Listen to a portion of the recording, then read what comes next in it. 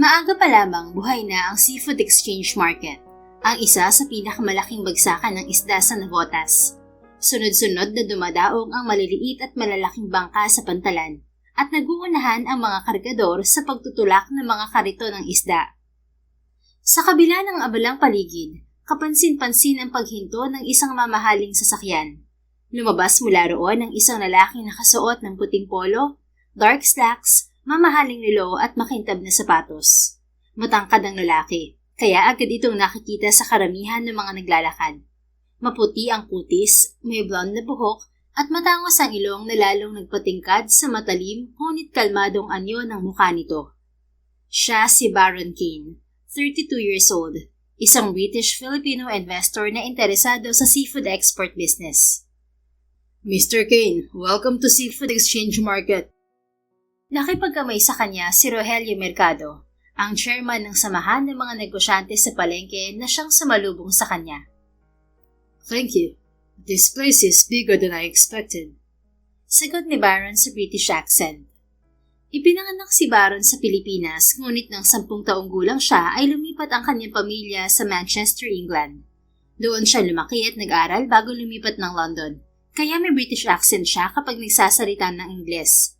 Gayunpaman, marunong pa rin siya ng salitang Tagalog dahil ang kanyang ina ay mula sa Lucena at yun ang madalas nilang ginagamit sa bahay.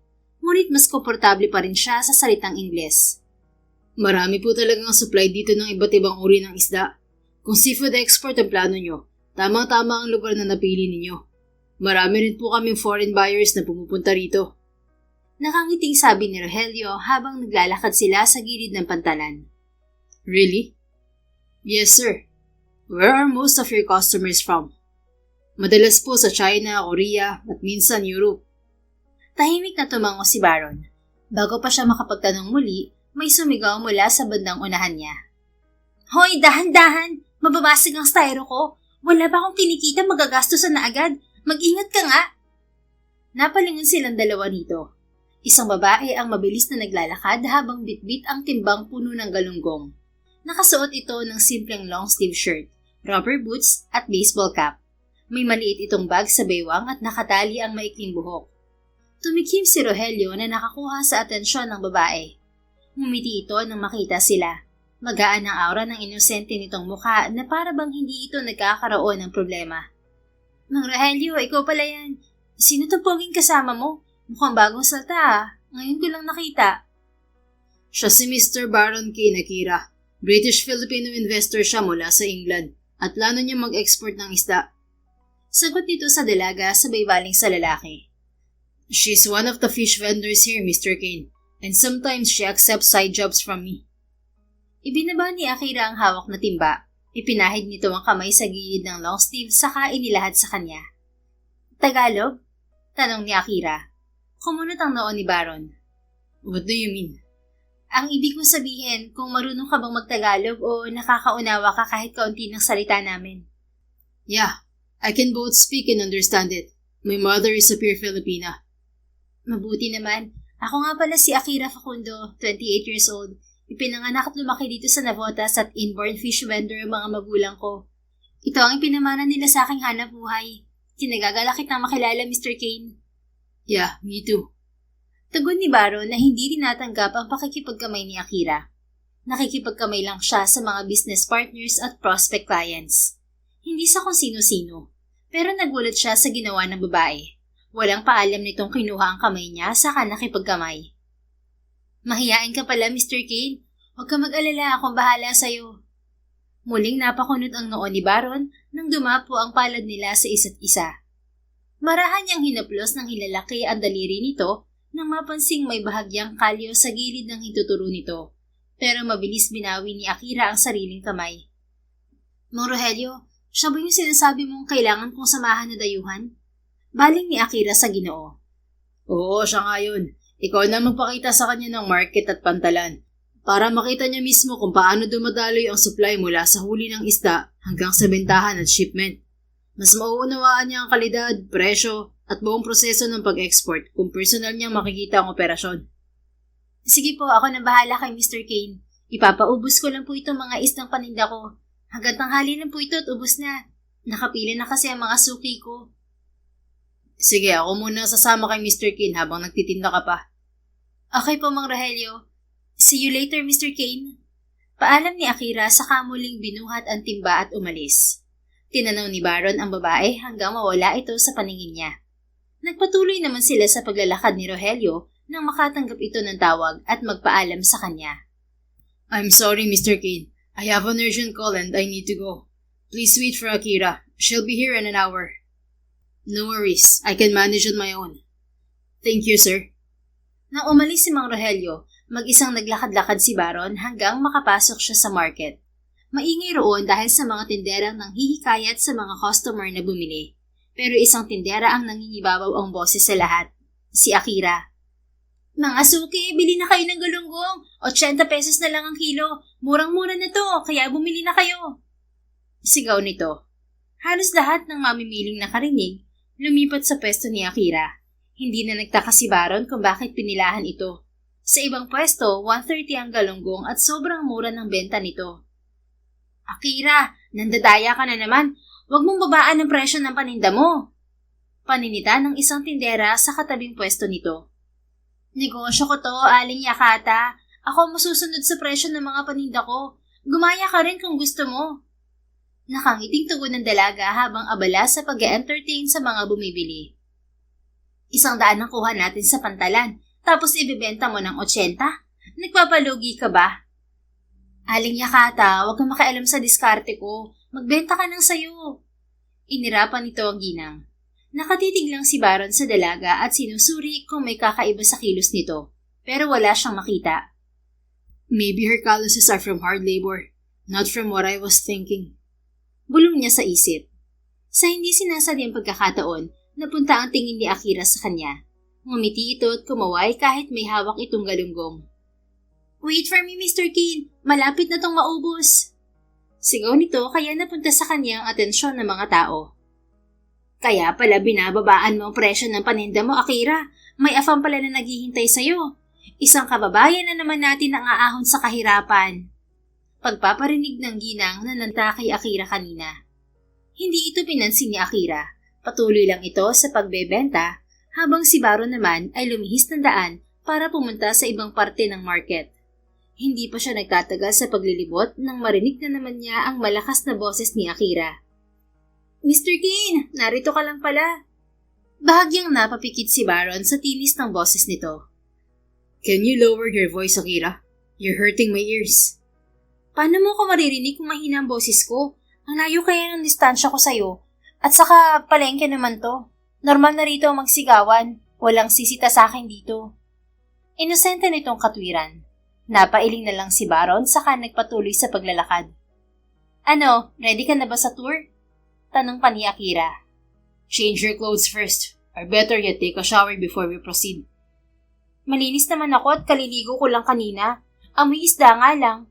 Nasa palengke naman tayo kaya walang pinagkaibang amoy ko sa paligid. Halika na, sayang ang oras natin. Alright, lead the way.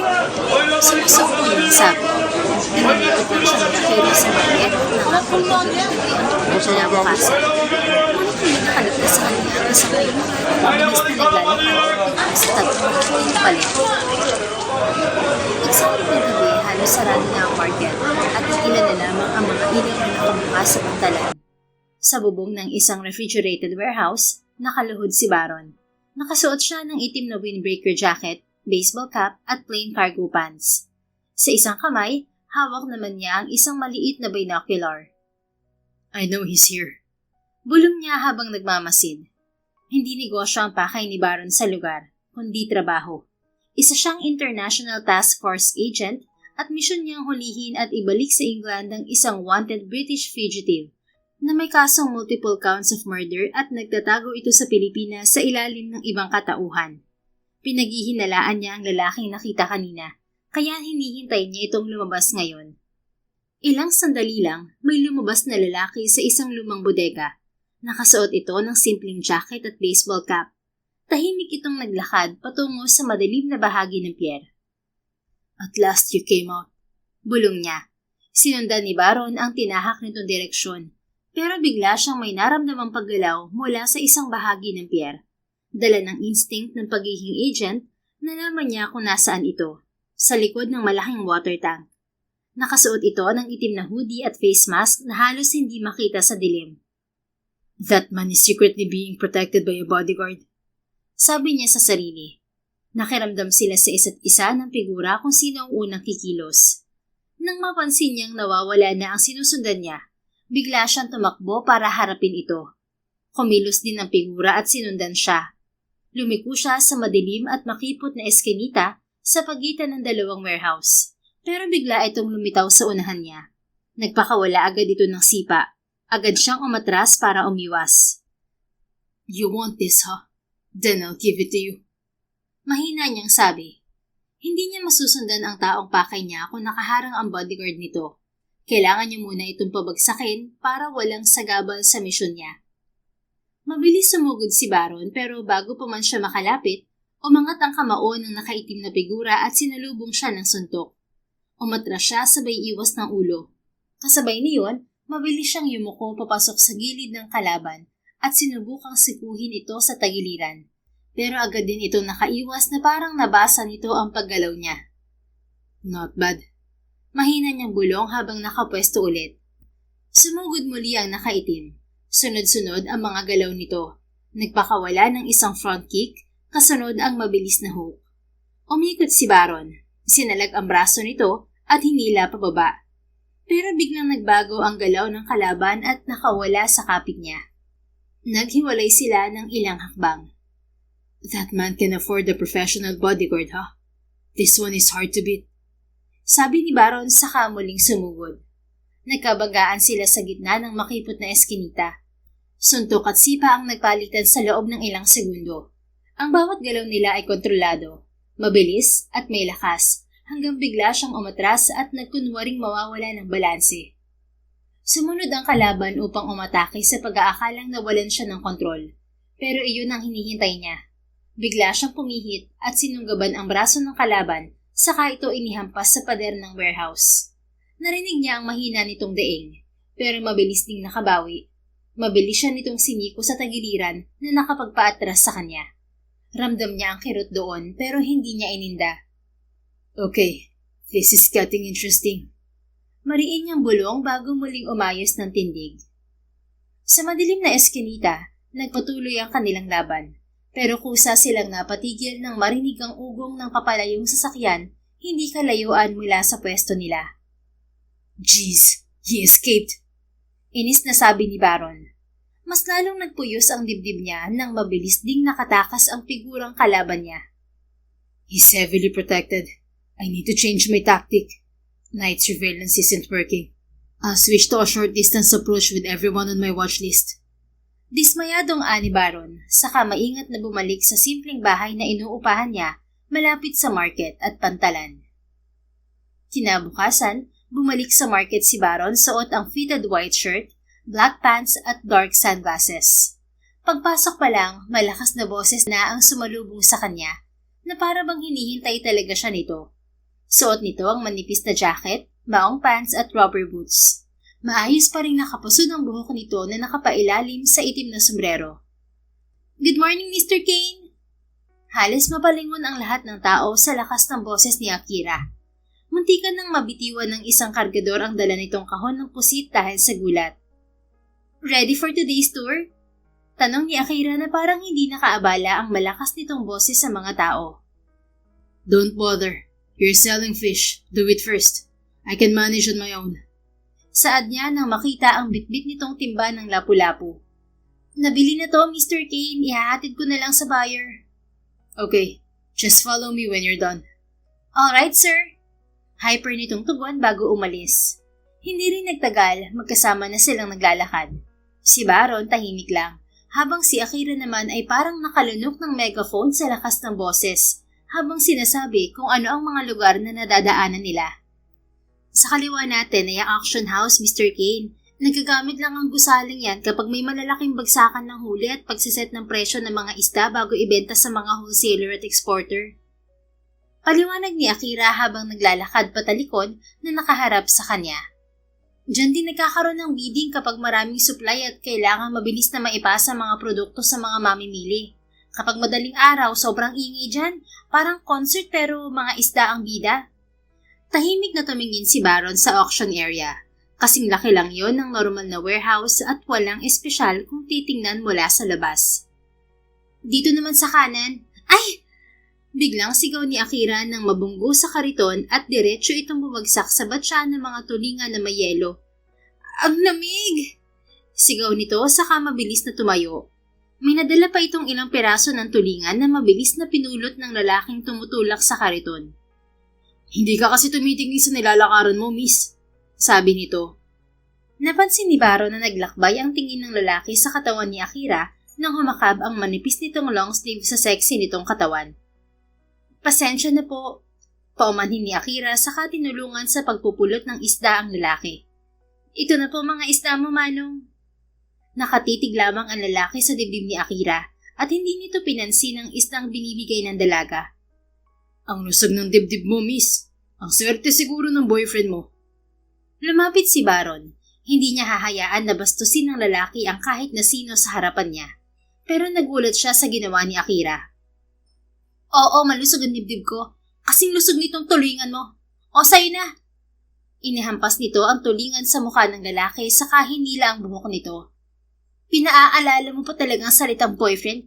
Hindi pa nga ako nakaka-recover sa pambabasted ng crush ko. Sinaktan mo ang pride ko dahil sa tulingan mo. Oh, ayan, kainin mo. Isinabsob nito ang mukha ng lalaki sa batya bago bitiwan. Sa susunod, sabihin mo ng lahat, huwag mo lang babanggitin ang salitang boyfriend. Maliwanag ba? Sagot! Opo, miss. Sorry na. Nahintakutan ang lalaki at mabilis nitong itinulak ang kariton paalis. Bumuntong hininga si Akira sa lumingon kay Baron. Nakangiti na ulit ito ngayon na para bang hindi ito nagalit kanina. Bali wala rin dito ang itsura at basang damit. Pasensya na, Mr. Kane. Naabala sandali ang tour natin. Magpatuloy na tayo. Okay. Tumikim si Baron para umayos ang pananalita niya. Sa sobrang gulat niya sa ginawa ni Akira, parang nabuhol ang dila niya. Nakakatakot pala ang maingay na babaeng ito. Parang mangangain ng buhay kapag binanggit ang salitang boyfriend. Please lead the way. Tugon na lang niya. Muling nagpatiuna si Akira, pero nagtaka siya nang tumigil sila sa pwesto nito para kunin ang isang bag at dumiretso sa isang lumang banyo. Why are we here? Is this part of the places we're supposed to visit? Siyempre hindi, Mr. Kane. Kailangan ko kasi magpalit ng damit. Basang-basa ako, oh. Maliligo lang ako sandali. Nakakahiyaan naman kung gagala tayo na basa ako. Why am I here? Pakibandayan lang ang pinto. Wala kasing lakto. Baka may pumasok habang naliligo ako. What? Are you serious? Gulat niyang tanong. Oo naman, seryoso ako. Diyan ka lang huwag kang aalis. Walang nagawa si Baro nang pumasok si Akira sa loob ng banyo. Kahit ayaw niya, napipilitan na rin siyang magbantay sa pintuan. Naririnig niya ang lagaslas ng tubig sa loob at nagawa pang kumantan ng babae habang naliligo. Hawak mo ang beat, hawak mo ang gabi, sa bawat galaw mo ako'y nabibihag. Hawak mo ang beat, huwag mong bibitawan, hanggang sa huling tugtog ng siyawan. Dinig niya ang pagkanta pa nito. Nagtagis ang mga ngipin ni Baron. Sa halip magmadali sa pagliligo, nagawa pang kumanta ni Akira. Lumapit siya sa pinto at kinatok yun upang madaliin ang babae. Pero kaunting dambilang ng kamay niya sa pinto, bumukas na yun. Oh, jeez! Nataranta niyang sabi. Nakita niya ang may sabon na kamay ni Akira, pero bigla nang sumara ang pinto bago pa niya makita ang buong katawan nito. Mr. Kane, behave! Hindi bagay sa'yo ang manilip. Masyado kang gwapo at mahihirapan akong idemanda ka. Hindi ako paniniwalaan ng presinto at baka mabaliktad pa ako. Hindi kita sinisilipan, Akira. Depensa niya sa diretsong Tagalog, pero may British accent pa rin. Oo, ang hot mo pala mag-Tagalog, Mr. Kane. Anito, saka mahinang tumawa. I'm serious. Pagdidiin niya at hindi maiwasang pamulahan ng muka. Sa buong buhay niya, ngayon lang siya napagbintangan at sa paninilip pa. Paano na lang kapag nakarating ito sa agency niya? Masisira ang malinis niyang record at ang reputasyong ilang taon niyang binuo sa pamamagitan ng disiplina at profesionalismo. Tiyak na hindi siya tatantanan ng mga kasamahan niya sa pang-aasar. Iniisip pa lamang niya ang magiging reaksyon ng mga ito, gusto na niyang ibaon ng mukha sa lupa. Binibiro lang kita, Mr. Kane. Huwag ka nang magtampo. At huwag ka ring aalis dyan. Malapit na ako matapos dito. Magbabanlaw na lang ako. Napabuntong hininga na lang si Baron at nanahimik sa kinatatayuan. Nagtataka rin siya sa sarili na kahit inip na inip siya at kahit pinagtitinginan siya ng mga tao, hindi pa rin niya magawang iwan ang pagbabantay sa pintuan ng banyo. May kung ano sa kanyang pakiramdam na naiinis kung sakaling makita ng ibang tao si Akira habang naliligo. I'm finished! Maya-maya sabi ni Akira bago lumabas ng banyo. Sandaling napatitig si Baron sa dalaga. Nalalanghap niya ang banayad na amoy ng sabon at shampoo nito. Basa ang buhok nito at tumutulo sa makinis nitong pisngi patungo sa puti nitong blouse. Maong pants pa rin ang suot nitong pang-ibaba at rubber boots. Halika na para matapos na tayo sa araw na to. May gagawin kasi ako mula sa Lunes hanggang Miyerkules. Hindi kita masasamahan. Hindi na lang nagsalita si Baron at muling sumunod sa dalaga. Ibinalik nito ang bag sa pwesto saka sila naglibot. Tinapos nito sa maghapon ang kailangan nilang puntahan at tumigil sila sa pantalan para magpahinga. Malakas ang hangin doon at tahimik niyang pinagmamasdan ng ilang bangkang kagagaling lamang sa laot. Samantalang si Akira ay nakasandal sa railings. First time mo sa Navotas, diba? Yes. Maikling tugon ni Baron. Hindi niya ugaling magbigay ng impormasyon pero parang wala namang pakialam si Akira. Kapag tumira ka rito ng matagal, matututo kang kilalanin ng tao base sa mga isda. Napakunot ang noon ni Baron. I don't think that's scientifically possible. Possible yon. Tingnan mo yon. Itinuro ni Akira ang isang lalaking pasan ng isang malaking tuna. Siya si Mang Bird. Siya si Tuna Boy dahil tuna ang palagi niyang kasama. Itinuro pa ni Akira ang dalawa pang lalaki sa malapit. Yung nakaasul na puto na jersey, siya si Galunggong, si Mang Nestor. Siya ang laging may hawak ng mga mamurahing huli. Pero siya rin ang pinakamabilis magbenta, kaya laging ubos sa mga paninda niya.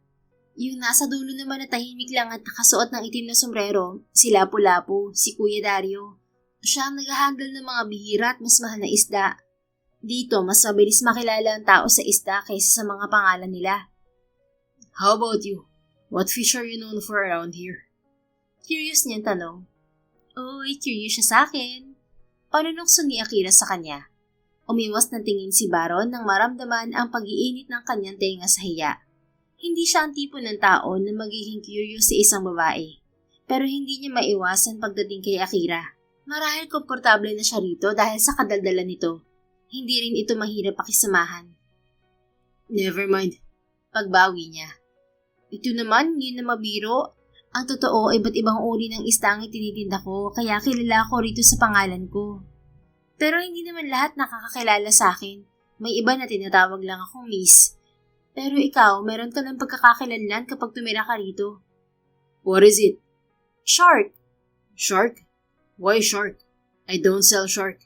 It's not even for sale. Mahinang tumawa si Akira. Shark kasi parang lagi kang nag-iisip kung sino kakainin mo. Katulad ng pating, parang may sinusubaybayan ka palagi.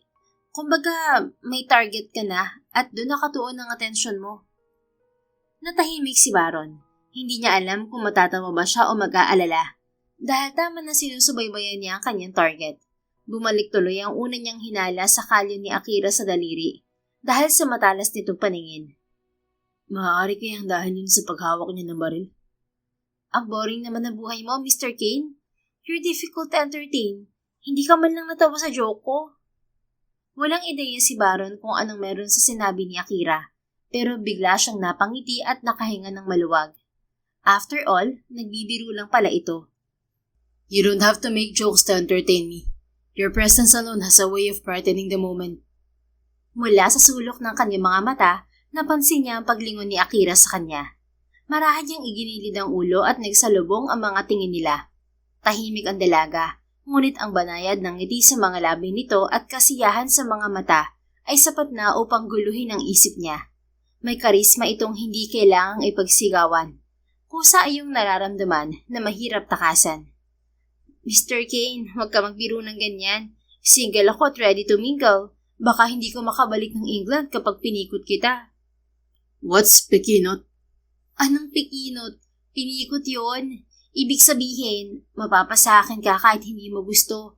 Kumbaga, wala ka ng kawala kapag pinikot kita. Ganon. In English, a pregnancy trap or a shotgun marriage. You're trapped, Mr. Kane. No exit, no escape. At kahit maglupasay ka pa, asawa mo na ako. Interesting. You'll do that kind of tactic? Malakas na tumawa si Akira. Ang hirap mo talagang biruin, Mr. Kane. Siyempre hindi ko gagawin yun. Nakakadala kasi at nakakahiya rin. Pabulong nitong sabi sa huling salita. Oh, okay. That's good. Tugon na lang niya. Pero deep inside, may nararamdaman siyang panghihinayang. Hindi na niya pinansin yun dahil baka nagkakamali lang siya ng interpretasyon sa nararamdaman niya. Natapos ang araw at isinantabi na lamang ni Baron ang bagay na yon. Marami pa siyang dapat asikasuhin at hindi niya maaaring hayaang maabala siya ng isang damdaming hindi naman niya lubos na nauunawaan. Samantala, araw ng Lunes, tulala si Akira habang nakaupo sa harapan ng mesa na tila naglalakbay kung saan ang isip niya. Hawak niya ang kubyertos, pero nanatili yung malinis at hindi pa lumalapat sa pagkaing nasa harapan niya. Scorpio. Tila bumalik sa kasalukuyan si Akira nang marinig ang codename niya. Isa siya sa mga Zodiac agent ng Fortress at kasalukuyan siyang may misyon sa Seafood Exchange Market. Nalaman ng organisasyon ng iligal na pagpapapasok ng mga dayuhan sa bansa gamit ang ibang katauhan at sa market siya dinala ng kanyang investigasyon. Doon karaniwang ibinabagsak ang mga dayuhan gamit ang mga barkong pang-isda. Hoy bakla, tulala ka na naman. Hindi ka pa ba nakaka-move on sa pambabasted side ng super crush mo si Cancer? Napanguso si Akira at inirapan si Capricorn, ang baklang agent na kaibigan niya. Kasama niya itong kumakain ngayon sa dining hall ng Fortress. Kasama rin nila si Aquarius, ang isa pa niyang kaibigang agent. Tumigil ka nga Capricorn, pinapaalala mo pa eh. Reklamo niya. Bakit kasi bigla ka nalang nagtapat kay Cancer, Scorpio? Ano bang nakain mo at ginawa mo yon? Tanong ni Aquarius. Bumuntong hininga si Akira, saka hiniwa ang beef tenderloin steak sa kanyang harapan at sumubo ng kapiraso. Inubos niya muna ang nasa bibig bago nagsalita. Sa ating tatlo, ako na lang ang walang asawa. 28 na ako pero hindi ko pa nararanasan na magka-boyfriend. Akala ko si Cancer na para sa akin at sa kanya lang talaga nakatuon ng pansin ko. Hindi ako nag-entertain ng ibang lalaki. Matagal kaming nagkasama sa training noon sa London. Lagi kaming magka-partner sa mga exercises at simulation, kaya akala ko may espasyon na namamagitan sa amin. Nag-ipon pa ako ng lakas ng loob para aminin ang nararamdaman ko. Kasi iniisip ko na baka nahihiya lang siya talaga magtapat sa akin. Ako na lang ang na-first move pero mas masakit pa ang sagot niya kaysa sa 5 kilometrong obstacle course. Natawa ang mga kasama niya saka napailing. Kapatid lang ang tingin sa'yo ni Cancer. Assuming ka kasi bakla. Saad ni Capricorn. Oo na, mali na ako. Huwag mo nang ipamukha sa akin na hanggang ngayon single pa rin ako. Maiba ako, Scorpio. Anong balita sa misyong kinuha mo kay Chief Booster? Misyon sana yun ng Spy Division pero kinuha mo dahil nabasted ka ni Cancer. Mabuti pinayagan ka ni Lady Mahika. Tanong ni Aquarius. Naging seryoso ang ekspresyon ni Akira nang bagitin ni Aquarius ang kasalukuyan niyang misyon. Isang misyon na siya mismo ang nagpumilit na makuha mula sa kanyang ama na si Chief Booster, ang pinuno ng Spy Division. Ito ang nagbibigay ng command sa Spy Division ng Electronic Security Department sa pangunguna ni Captain Pigeon. Mas pinili lang niyang mapabilang sa Cosmetics and Disguise Team dahil mas less ang trabaho roon kaysa sa field agent. Pero ngayon, nasa field siya dahil sa pagkabigo. Mas magiging abala ang isip niya sa misyon kaysa sa loob ng opisina. At maiiwasan niyang isipin ang nangyari sa pagitan nila ni Cancer. Nakiusap ako kay Daddy na siya ang kumausap kay Lady Mahika, kaya pinayagan niya ako. Wala namang misyon si Pisces sa Taurus, so okay lang na umalis ako ng opisina. At saka tamang-tama na akong nasa misyon dahil nalalanghap ko ang chemical na ginagamit namin sa disguise department. What do you mean? Gumagamit ng prosthetics sa mga target mo? Tanong ni Aquarius. Yes. Duda ako na lahat ng nasa watchlist ko ay nakasuot ng prosthetics. Kailangan ko lang masigurado kung sino-sino sila ron at hanapin ang kinaroroonan ng taong tumutulong sa kanila. May hinala na rin ako kung sino siya. Sino? Halos sabay na usisa ng dalawa. Si Mr. Hakweka, ang big boss ng mga negosyante sa palengke. Hinala pa lang ang hawak ko at kailangan ko pa ng sapat na ebidensya. Kapag sigurado na ako, e-execute na namin ang paghuli sa kanya at sa grupo niya. Hindi na nag-usisa pa ang dalawa tungkol sa misyon at bumalik ang topic sa pambabasted ni Cancer sa kanya. Sana pala nag-usisa na lang ang mga ito para nakaligtas siya sa pang-aasar ng mga kaibigan niya. Bandang hapon, nagtungo si Akira sa restaurant malapit sa Pantalan para makipagkita kay Mr. Lee. Isa itong Korean seafood buyer. Inutusan siya ni Mang Rogelio para ibigay ang isang envelope dito. Mabilis niyang nagawa ang dapat gawin at lumabas din ng restaurant.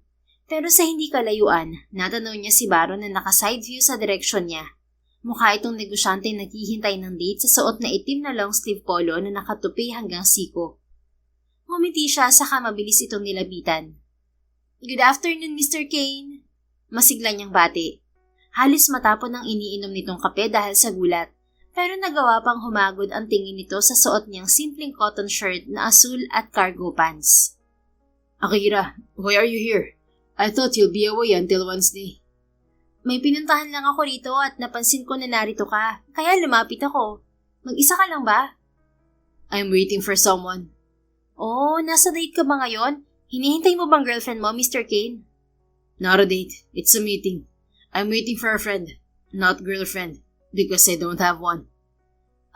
Okay. Sige. Magpapaalam na ako. Baka maistorbo pa kita. Bye, Mr. Kane." Nakangiti niyang paalam dito. Naglakad siya palayo at sandaling lumingon sa pwesto ng binata. Nakita niyang nakatingin pa rin ito sa kanya, kaya kumaway siya bago nagpatuloy sa pag-alis. Nang sumunod na araw, kausap naman ni Akira si Sir Benny. Isa itong crew member ng cargo vessel. Nagkape silang dalawa habang nag-uusap tungkol sa kargamento ni Mang Rogelio patungong South Korea. Ito ang magbabantay sa kargamento habang nasa barko. Matapos ang kanilang pag-uusap, natanaw ulit niya si Baron sa gilid ng pier, hawak ang laptop at mukhang abala sa ginagawa. Masyado itong cute tingnan sa simpleng white t-shirt at cargo short, kaya hindi niya naiwasang kunan ng larawan. Ang pogi talaga ng lalaking to, at parang napaka-imposible na wala siyang girlfriend. Siguro busy lang talaga siya sa trabaho at walang oras sa ganung bagay. Parang ako, nakatutok lang sa trabaho habang hinihintay magtapat ang long-time crush ko. Pero hopeless romantic lang pala ako.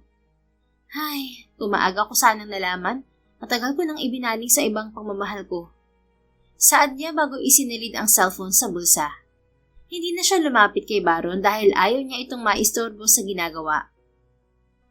Araw ng Miyerkules, pumunta naman si Akira sa custom office para kausapin ng custom broker tungkol sa exportation ng live eel patungong South Korea na siyang kargamento ni Mang Rogelio. Siya ang inatasan nitong mag-follow up ng shipment, hindi dahil may tiwala ito sa kanya, kundi dahil akala nito'y madali siyang utuin.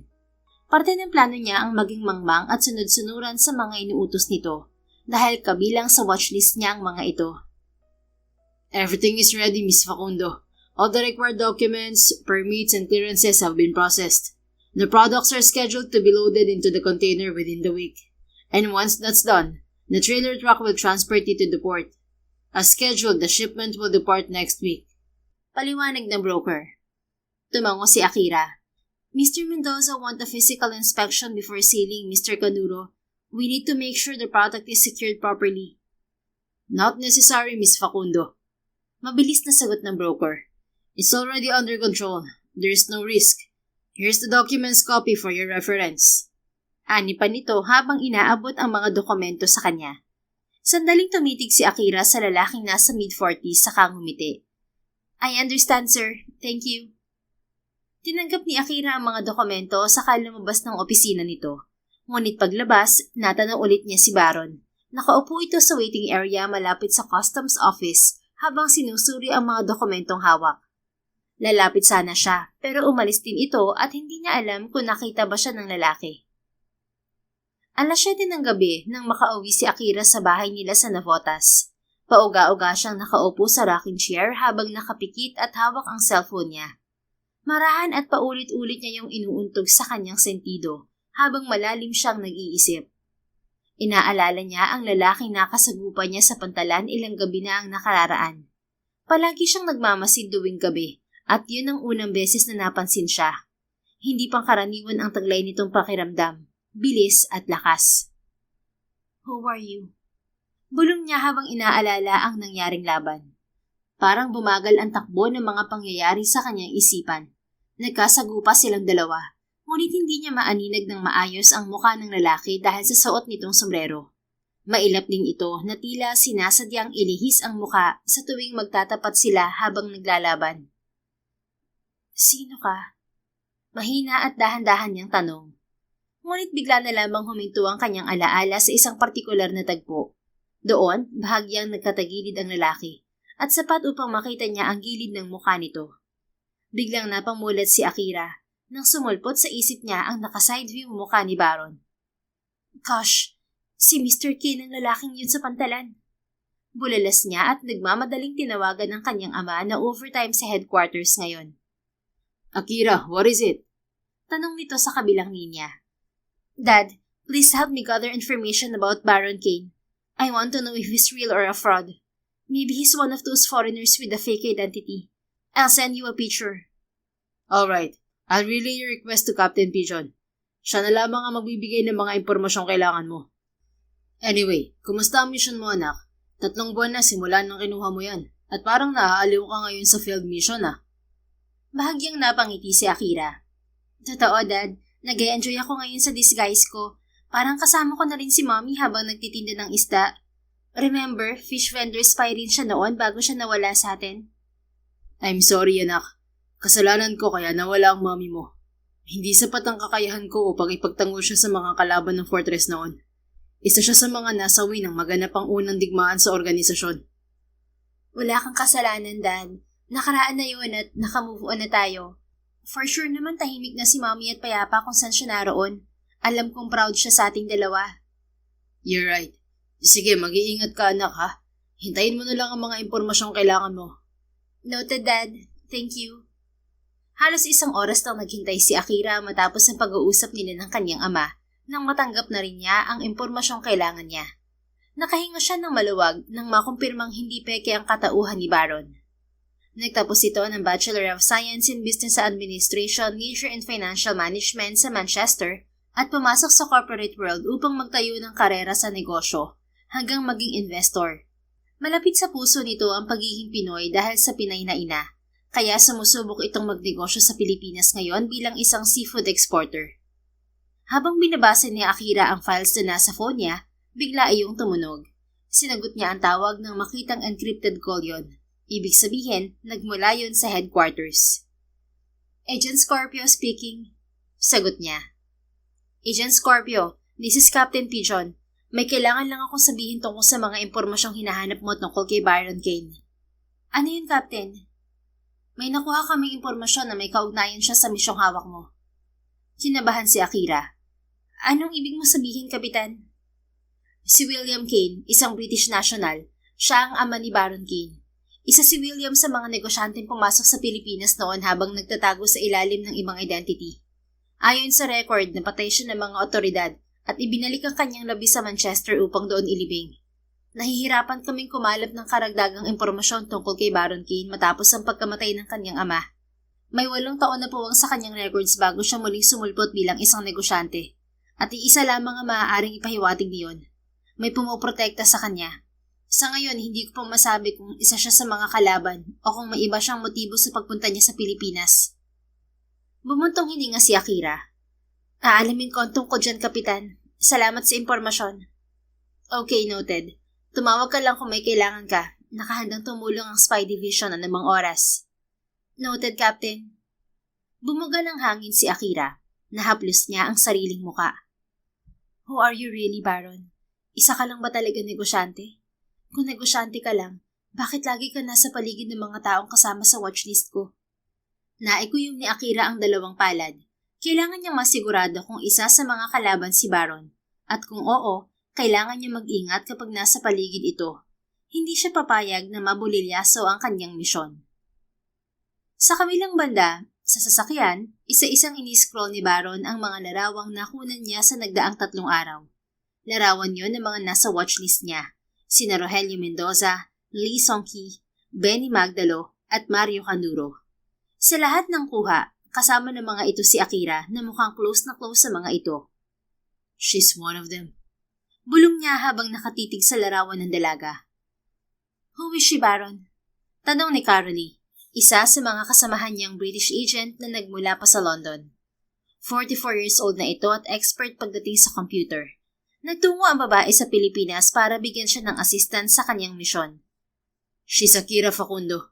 Tugon niya. Mabilis nitong kinuha ang laptop sa dala nitong bag at isang maliit na scanner device. Let me scan her face. Itinapat ni Baron sa maliit na scanner device ang kanyang cellphone kung nasaan ang larawan ni Akira. Ilang sandali lang, naging abala na si Carolee sa harap ng laptop. Oh, something's fishy. Saad nito. What have you found? Her basic information. Name, age. She's 28 by the way. She's a daughter of fish vendor parents. Her mother died in an accident and her father became a strip dancer. Namilog ang mga mata ni Baron sa gulat. Seriously? A strip dancer? How did he end up becoming a strip dancer at that age? That's why it's fishy. Let me take a look at her father's information. Kiko Facundo. Muling nagtipa si Coralie. Mas naging seryoso ito ngayon, ngunit bigla itong nataranta. Shocks! A self-destruct virus is infiltrating my system. No! No! Sigaw nito saka mabilis na inihagis ang laptop sa labas ng sasakyan bago yun sumabog. What happened, Coralie? Gulat niyang tanong. Hindi rin makapaniwala si Baron na mabilis na talo ang system ng babae. Napaka-imposibleng mangyari pero nangyari na. Baron, that girl isn't ordinary. Her information, just like her father's, is heavily protected. Big organizations are backing her up. And whoever they are, they're not small time. We're dealing with something bigger than we thought. Natigilan si Baron. Naalala niya ang connection ni Akira sa mga taong nasa watchlist niya. Ang impormasyon mula kay Rogelio Mendoza na tumatanggap ito ng trabaho mula sa lalaki. Ang kalyo sa daliri nito na palatandaan ng madalas na paggamit ng baril. Ang pagbebenta nito ng mas murang isda kaysa puhunan, na halos ipamigay na lang, ay isang patunay na hindi kita ang pangunahing layunin nito. At higit sa lahat, ang protektado nitong impormasyon na kahit ang computer genius na tulad ni Carolee ay natalo. Akira is familiar with everyone, and she might be a possible route to his primary target. I'll handle her, Carolee. Seryosong tugon niya sa babae. Alright, just be careful. I know this mission has something to do with your father's death 8 years ago. But don't let your emotions take over. Mind over heart. Paalala nito. I know what to do. I wouldn't take this job if I couldn't handle my own emotions. That's a relief to hear, Baron. I have to go, Carolee. I'll call you if I need a hand. Alright. Tugon ng babae bago lumabas si Baron sa sasakyan nito. Kinabukasan, muling nagtungo si Baron sa palengke suot ang simpleng itim na t-shirt at six-pocket short. Nanibago siya dahil hindi na siya sinalubong ng malakas na boses ni Akira. Naglakad-lakad siya hanggang mapadpad sa tapat ng pwesto nito. Nakita niya ang dalaga suot ang itim na long sleeve. Matamlay habang nagbebenta ng isda. Parang hindi ito nakatulog ng maayos dahil bahagyang nangingitim ang ilalim ng mga mata nito. Lumapit si Baron. 1 kilo ng tamban, miss.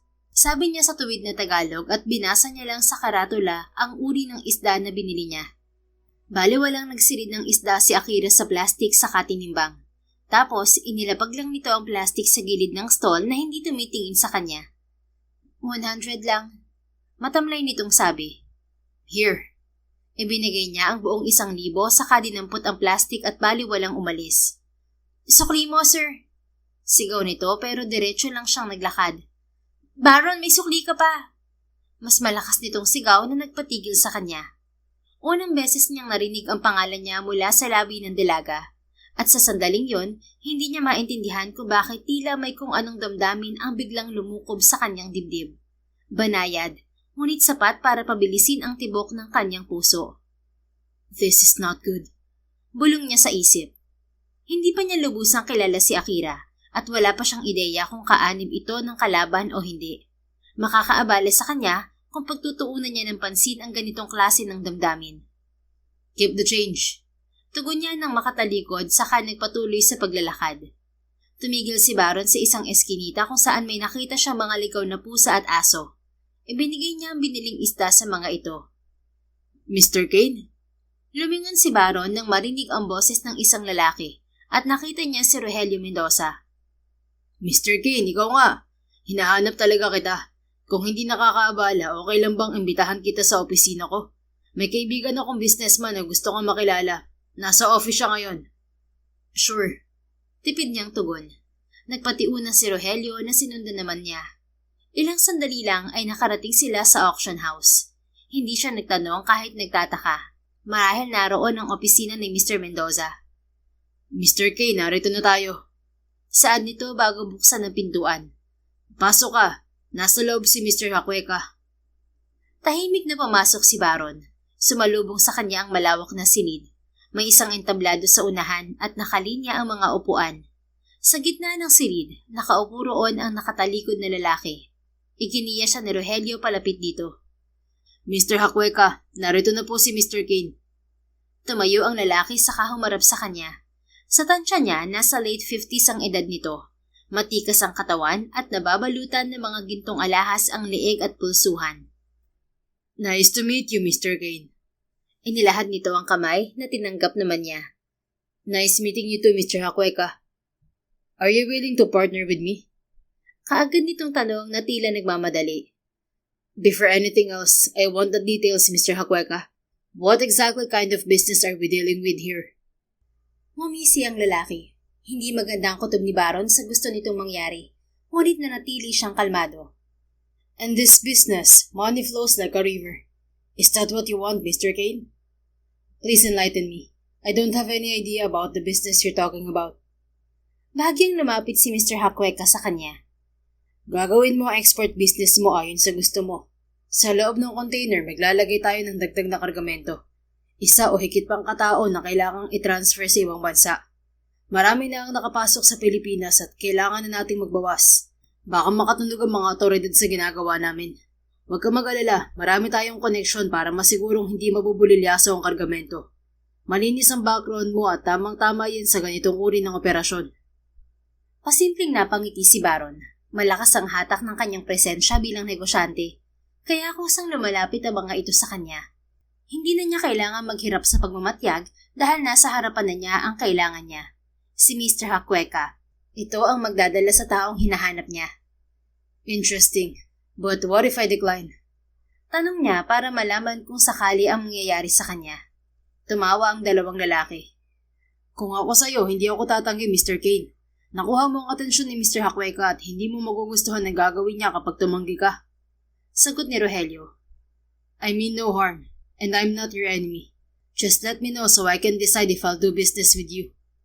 Muling tumawa si Mr. Hakweka, saka biglang tumalim ang tingin sa kanya. Mawawala ang lahat ng records mo sa bansang to, at mapapabilang ka sa mga illegal na pumasok dito. Kung mamalasin, uuwi kang bangkay sa pamilya mo. Matutulad ka sa isang negosyanteng hindi nadala sa mabuting usapan at piniling tanggihan ang offer ko. Sad to say, wala na siya sa mundong to. You're scaring me, Mr. Hakweka. How would I know if that's true? You look like a kind person. I don't think you're capable of doing that. Pambobola niya sa Ginoo. Humisi ito saka hinawakan ng isa niyang balikat. Dumiin ang hawak nito roon na tila ipinaparamdam sa kanya ang lakas na meron ito. I am Mr. Kane. Huwag mong kayahin ang desisyon ng ama mo kung ayaw mong matulad sa sinapit niya. Muntikan nang sumabog si Baron sa sinabi ni Mr. Hakweka. Ngunit naudlot yon nang marinig ang malakas na boses ni Akira. Mr. Kane, narito ka lang pala. Pinagod mo ba ako sa paghahanap sa'yo? Ito na yung sukli mo. Hindi ako tumatanggap ng keep the change eh. Ay, may kasama ka pala. Hello, Mang Rogelio, Mr. Hakweka. Walang preno nitong sabi. Ngumisi lang si Mr. Hakweka sa kamarahang pinagpagan ang balikat ni Baron kahit wala namang dumiroon. Ano ang desisyon mo, Mr. Kane? Tanong ng Ginoo. Hindi man lang ito nabahala sa presensya ni Akira. Tila sanay na itong nasa paligid ang dalaga. Mahirap baliwalain ang katotohanang nasa harapan niya, na maaaring isa talaga ang babae sa grupo ng mga ito. Ngumiti si Baron kahit nagpupuyos sa galit ang dibdib niya. Sure, you can count on me. Very good. May shipment ako next week at isasama kita para makita ang aktual na proseso ng kargamento natin. Singit ni Rogelio. Just keep me updated and I'll definitely be there. We'll go there together and we'll introduce you to the rest of our group. Sabi naman ni Mr. Hakweka. Masaya ang dalawang lalaki sa naging desisyon niya, pero siya, pinipilit lang niyang makibagay sa mga ito. Nilulukob ng galit ang puso niya, pero kailangan niyang maging kalmado. Nasa harapan na niya ang mga taong pumatay sa daddy niya na naging dahilan kung bakit pinasok niya ang pagiging secret agent. Ngunit ang misyon niya ay hulihin ang British fugitive na nagtatago sa Pilipinas ngayon. Sa ngayon, hahayaan muna niyang isipin ng mga ito na kakampi siya. Sasamantalahin niya ang pagtitipon ng mga ito para malaman kung nasaan ang taong hinahanap niya. Pagkatapos, sa kanya babalikan ang mga ito. Matapos ang usapan, sabay na lumabas ng auction house sina Baron at Akira. Tahimik silang naglakad hanggang bahagyang bumagal ng hakbang ni Baron at maunahan siya ng ilang hakbang ng dalaga. Nang mapatpad sila sa bahaging kakaunti ang mga tao, naisip niyang subukan ang kakayahan nito. Dahan-dahan niyang itinaas ang kamay upang hampasin sana ito sa batok. Pero biglang lumingon si Akira. Kusang bumagal ang paghampas na dapat sana'y para sa batok nito. At sa halip ay marahang dumampi ang kanyang palad sa pisngi ng dalaga. Pareho silang natigilan. Nanatili ang kamay ni Baron sa pisngi nito ng ilang saglit. Hindi niya agad iyon naialis, na para bang nakalimutan ng katawan niyang gumalaw. Baron, mahinang sabi ni Akira na nakatitig lamang sa kanya. Tila hindi rin ito alam kung paano tutugon sa biglaang pangyayari. Akira, Hindi niya alam kung ano ang sasabihin. Nakatitig lang siya sa mga mata nito na tila madaming gustong sabihin. Magkakilala pala kayo ni Mr. Hakweka? Tanong ni Akira na parang gumising sa kanya. Nagawa niyang ilayo ang kanyang palad sa pisngi ng dalaga. Isinilid niya yun sa bulsa ng short niya. Yes. Tipid niyang tugon kahit ngayon lamang niya nakilala ang lalaki. May parte sa kanya na gustong sabihin kung paano sila nagkakilala ni Mr. Hakweka, pero pinapangunahan siya ng malakas na kabog ng dibdib niya. Okay. Simple nitong sabi saka nagpatuloy sa paglalakad. Nakatingin lang si Baron sa likuran ni Akira at nanatili sa kanyang pwesto. Nang tuluyan itong mawala sa kanyang paningin, sa kanya dahan-dahang itinaas ang kamay na humawak sa pisngi nito. What's wrong with me? Tinitigan niya ang sariling palad na para bang may magpapaliwanag doon. Plano niya lamang subukan ang kakayahan ng dalaga, wala nang iba. Isa lang yung simpleng pagsusuri, pero bakit sa huling sandali ay hindi niya naituloy? Bakit nang lumingon ito ay parang may pumigil sa kanya? Hindi yun ang unang beses na may nakaharap siyang babae na ganoong kalapit. Pero bakit tila ayaw mawala sa isip niya ang pakiramdam ng pisngi nito sa kanyang palad? Mahinang napabuntong hininga si Baron. Jeez, she's dangerous for me. My mind just shuts down whenever she gets close to me. At iyon ang bagay na mas ikinakabahala niya. Lumipas sa mga araw at dumating ang pag-alis ng kargamento ni Rogelio. Hating gabi at kakaunting ilaw na lamang ang bukas sa pantalan. Taliwas sa underground garage ng auction house na siyang sentro ng iligal na operasyon. Maliwanag doon at nagtipon-tipon ang grupo ni Mr. Hakweka kasama si Baron. Lahat ng naroon ay nasa watchlist ng binata, pero wala ang target niya. Ganito lang kasimple ang ginagawa namin, Mr. Kane. Espesyal ang container na to dahil may secret compartment ito na kakasya ang 3 hanggang 5 katao. Diretso na to sa barko pagdating sa pier. Hindi na kailangan ng inspection dahil naroon naman si Mr. Kanduro na siyang magpapalusot sa shipment. Maya-maya lang idadating naman ang i-export natin ng mga tao. Paliwanag ni Rogelio. Tahimik lang na nagmamasid si Baron. Ngunit kinukunan niya ng video ang buong paligid gamit ang maliit niyang kamera na nasa butones ng suit niya. Nakasuot din siya ng skin tone earpiece para sa komunikasyon nila ni Carolee. Baron, a black vehicle is heading your way. Saad ng babae sa kabilang linya. Walang reaksyon si Baron. Mataman lamang siyang naghintay hanggang muling magsalita si Rogelio. Narito na sila. Anito. Pumasok ang itim na sasakyan. Mula roon, lumabas ang 5 kalalakihan na may iba't ibang nationality. Lihim na napangiti si Baron na kasama si Declan Mercer, ang target niyang British fugitive. He's leaving the Philippines now, but he won't let you get away. Sabi niya sa isip. Isa-isang pumasok sa container ang 5 lalaki, saka isinunod ang mga crate ng live eel. Nang tuluyan na yung maisara, ihahanda na sana ni Baron ang hudyat para kay Carolee na patayin ang ilaw. Ngunit bago pa man siya makapagbigay ng senyas, bigla na lamang namatay ang mga ilaw. Sa isang iglap, nilamon ng dilim ang buong paligid at tanging ilaw mula sa itim na sasakyan ang tumatanglaw sa kanila. Baron, there's someone else who wants to sabotage the shipment. I'm tracking it now. Muling sabi ni Coralie sa earpiece niya. Hindi pwedeng madali ang shipment. Dalhin na yan sa pier. Utos ni Mr. Hakweka na tila hindi nababahala sa pagkamatay ng ilaw. Bago pa man makakilos ang driver ng trailer truck, pasimpleng nagpakawala ng steel pellet si Baron na tumama sa ilaw ng itim na sasakyan, dahilan upang tuluyang magdilim ang paligid. Kaagad niyang isinuot ang night vision goggles na dala niya. Sa tulong niyon, malinaw niyang nakita ang pagkataranta ng grupo ni Mr. Hakweka. Coralie, close the entrance. Utos niya sa kasama para hindi makapasok ang mga tauhan ni Mr. Hakweka na nasa labas ng auction house. I can't, Baron. It's power operated. The power is down in the entire area. Walang pagpipilian si Baron kundi harapin ang mga kalabang dumating. Maingat at tahimik niyang pinapatulog ang mga ito gamit ang handle ng 45 niyang baril na malakas niyang hinahampas sa mga batok. Nakatuon ang atensyon niya sa mga ito kaya nagawang makalabas ng grupo ni Hakweka. Ilang saglit lang ay kasunod na rin ng mga ito ang trailer truck. They're escaping. Pinatulog ni Baron ang mga nakaharang sa kanya at nagmamadaling sinundan ang grupo ni Mr. Hakweka. Ngunit paglabas, natigilan siya nang sumalubong ang arbas ng mga tauhan nito sa kanya na tila sadya siyang inaabangan. Ihagis mo yung baril at itaas sa mga kamay mo. Utos ng isa sa mga armadong lalaki. Inihagis ni Baron ang baril saka itinaas sa mga kamay. Tiwala siyang makaliligtas doon dahil kasama niya si Coralie. Alam niyang magagawa nito ng paraan para makalusot siya. Sinasabi ko na nga ba't hindi ka mapagkakatiwalaan, Mr. Kane? Sasapitin mo rin pala ang sinapit ng iyong ama. Ani Mr. Hakweka. Coralie, can you do something about this? Mahinang sabi niya sa earpiece. Tanging static at malakas na interference ang sumagot sa kanya mula sa kabilang linya. Coralie, respond. Tawag niya ulit. Pero tanging putol-putol na ingay lamang ang naririnig niya. Lumalayo na ang trailer truck kung nasaan ang target niya.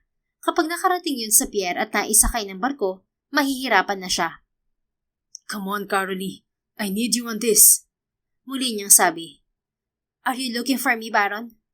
Narinig niya ang boses ni Coralie, pero hindi galing sa earpiece, kundi nagmula sa likuran ng mga tauhan ni Mr. Hakweka. Nagulat siya pero nang ibabaw ang galit sa isiping nagtraidor ito sa kanya.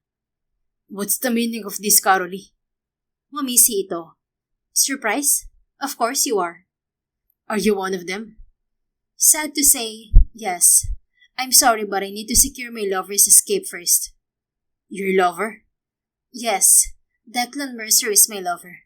I did everything I could to hide him, but somehow you managed to track him down. The world is big, yet you found his exact location in this country. I underestimated you, Baron. That was my mistake. That's why I came here personally to stop you. Now I need to make sure he has a proper escape plan. Don't worry. I'll tell the agency that you died during this mission. No one will ever suspect me. Nagtagis ang bagang ni Baron. Naloko siya nang akala niya'y kakampi niya. Kahit kaunti, hindi niya pinaghinalaan si Coralie dahil matagal na silang magkatrabaho. Ngunit isa pala itong traidor, hindi lamang sa ahensya, kundi pati na sa kanilang bansa. You traitor! Gigil niyang sigaw. Yeah, I know. By the way, I'm the one who changed your father's records, which led to his case being closed. Malakas pa itong tumawa. Nagpuyos ang dibdib ni Baron sa galit. You have a good plan, Coralie. Papuri ni Mr. Hakweka sa babae. You predicted everything, and now this so-called secret agent is in our hands. I'm sorry if I disturb you about this matter, Mr. Hakweka. Lately, there's someone interfering with my system, so I haven't been able to falsify Declan's documents. I need your help to get him out. And we finally did. He's on his way to the pier. Proud pa nitong itinuro ang papalayong sasakyan. Nagulat ang lahat nang biglang sumabog ang mga gulong ng trailer truck. Nawalan ito ng kontrol at tuluyang bumangga sa guardrail ng pantalan. Sa lakas ng impact, nabasag ang harang at dumiretso ang trailer truck pababa sa tubig. What happened? Who did this? Declan? Natarantang sabi ni Coralie. Baka sa mukha nito ang takot at pag-aalala. Nawala ang atensyon ng mga ito kay Baron, pero nanatiling nakatutok ang armas na mga tauhan ni Mr. Hakweka sa kanya, kaya hindi siya makakilos sa pwesto. "Save my man!" Sigaw pa ng babae. Nagmamadaling bumalik ang mga ito sa sasakyan, pero isa-isang nabutas ang mga gulong noon sa tama ng bala. Isa-isang nagkubli ang mga ito, at maging ang mga tauhan ni Mr. Hakweka ay naguluhan kung aalisin o mananatili ang armas na nakatutok sa binata. "Find them!" Galit na utos ni Coralie na nagtatago sa likod ng sasakyan.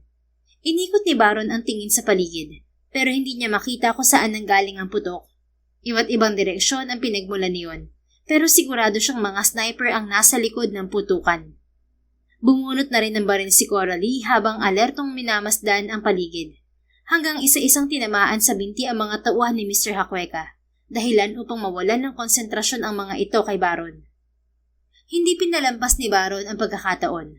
Mabilis siyang kumilos. Inagaw niya ang baril ng isa sa mga kalaban at agad na nagtago sa likod ng isang bakal na lalagyan nang bigla siyang puntiryahin ni Coralie. "You'll be the one who dies between us, Baron. You won't escape my wrath." Sunod-sunod siya nitong pinaputukan at hudyat na rin yon para magsimula ang laban. Maswerte siya dahil may tumutulong na sniper sa kanya ngayon, pero kailangan pa rin ng pag-iingat para hindi siya mapuruhan. Sa gitna ng putukan, naubusan ng bala si Baron. Napansin din niyang nakarating na ang grupo ni Mr. Hakweka sa nakaantabay na fishing vessel kasama si Coralie.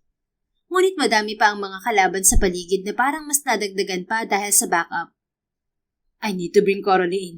If she escape, she'll just continue deceiving our agency." Hinihingal na bulong niya. Habang pinag-aaralan ni Baron kung paano siya makakarating sa pantalan nang hindi namamatay, bigla niyang narinig ang malakas na ugong sa earpiece niya. Sandali lang yon at bigla ring nawala. "Mr. Baron Kane, I've successfully connected to your device." Saad ng babae sa kabilang linya na ikinagulat niya. "Who are you?" "I'm Captain Pigeon, one of the Fortress agents. We are a secret intelligence agency and anti-organized crime unit based in the Philippines." "How come you entered my communication line?" "Napasok namin ang system ng kasama mo dahil sa code na strip dancer na sinubukan niyang i-decode. Dahil doon, nalaman namin na hindi tayo magkalaban. Kasabay nito, natuklasan din namin na traidor siya sa sarili niyang ahensya." "Does that mean you're the one who managed to crack Coralie's system?" "Yes, and starting now we'll work together. Do you agree?" Sandaling bumuntong hininga si Baron. May pahintulot siya mula sa mga lokal na otoridad para sa kanyang misyon, at wala naman siyang nakikitang masama sa pakikipagtulungan sa Fortress. Wala rin siyang pagpipilian ngayon dahil kailangan niya ng kakampi. "Yes," tugon niya. "Alright, I'll add my team to the line." Ilang saglit lang, may narinig ng iba't ibang boses sa earpiece si Baron. "Sniper 1, Agent Mona, connected." Saad ng babae. "Sniper 2, Agent Cancer, in." Sumunod na sabi ng isang lalaki. "Agent Annex here, Sniper 3. Gosh, so daming mosquito here. Di may kurot may face. I'll get pantal later. So annoying lamok talaga." Maarteng sabi naman ng isa pang babae. "Captain Bravo, in position. Kami na bahala sa nahulog na truck." Tugon naman ng isang lalaki. Hindi kilala ni Baron ang mga nasa kabilang linya, pero malakas ang pakiramdam niya na mapagkakatiwalaan ang mga ito. "Agent Scorpio, are you in?" Tanong ni Captain Pigeon. "Yes, Captain." Natigilan si Baron sa pamilyar na boses sa kabilang linya. Dalawang salita lamang ang sinabi nito pero tumugon agad ang puso niya. Akira, is that you?" Tanong niya. "Yes, ako to. Agent Scorpio at your service, Mr. Kane." "I thought you're one of Mr. Hakweka's group."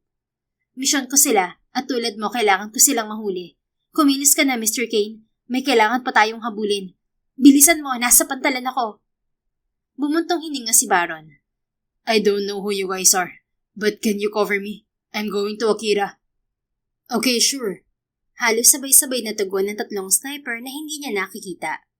Sa tulong ng mga ito, nagawa niyang makarating sa pantalan nang hindi nasusugatan. Natanaw niya agad ang isang nakaitim na figura sakay sa isang speedboat. Bumagal ang pagtakbo ni Baron, dahil ito rin ang figurang nakalaban niya sa pantalan. "Baron, bilisan mo! Narito ako!" Sigaw ni Akira sa earpiece kasabay ng paglingon ng figura sa kanya at kumaway. "Akira, it's you." Gulat niyang sabi, pero nagawa pa rin niyang makalapit agad dito. "I'm sorry, We fought the other night. I thought you were Mr. Hakueka's bodyguard. Paumanhin niya paglapit. Apology accepted. Pinaghinalaan kita na isang pugante at kasapi ni Mr. Hakueka. Nasaktan din kita nung naglaban tayo. So patas lang tayo. Ngayon magkakampi na tayo at hahabulin natin ng mga kriminal. Wala itong sinayang na oras at agad na pinaandar ang speedboat para habulin ang fishing vessel. Samantala, gumaan ang pakiramdam ni Akira matapos malaman mula kay Captain Pigeon ang tungkol kay Baron at sa misyon ng binata.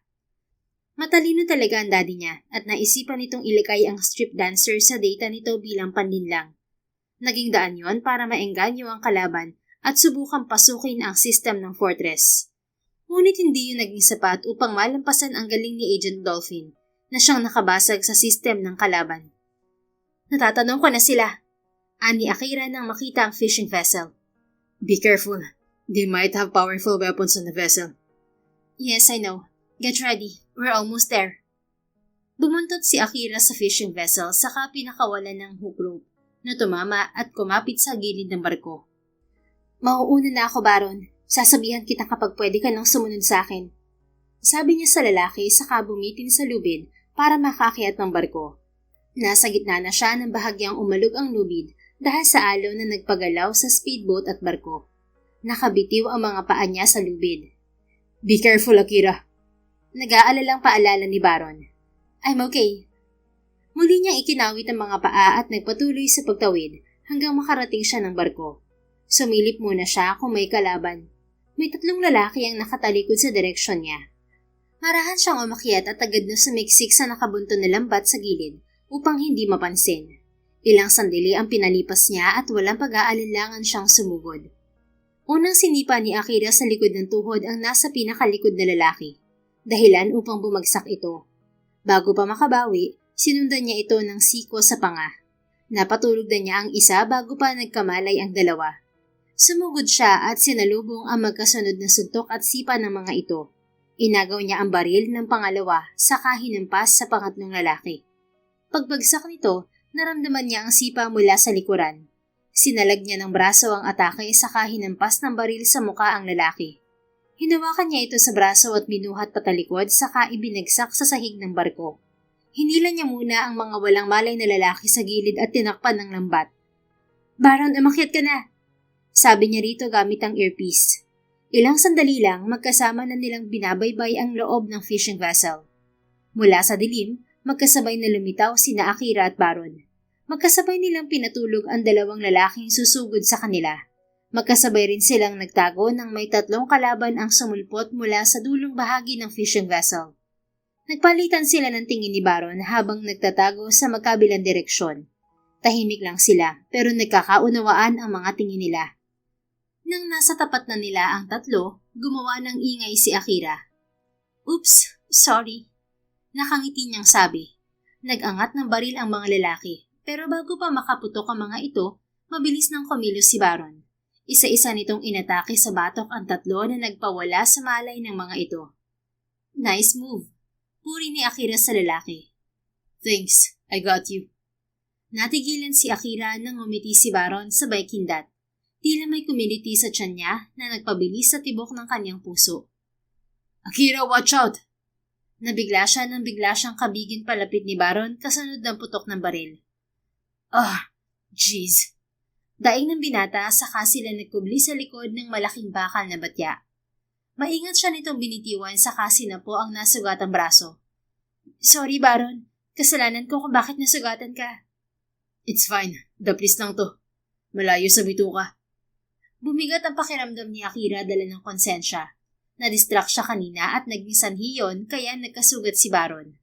Mabigat sa pakiramdam na tila naging pabigat siya sa ilang segundo niyang pagkatulala.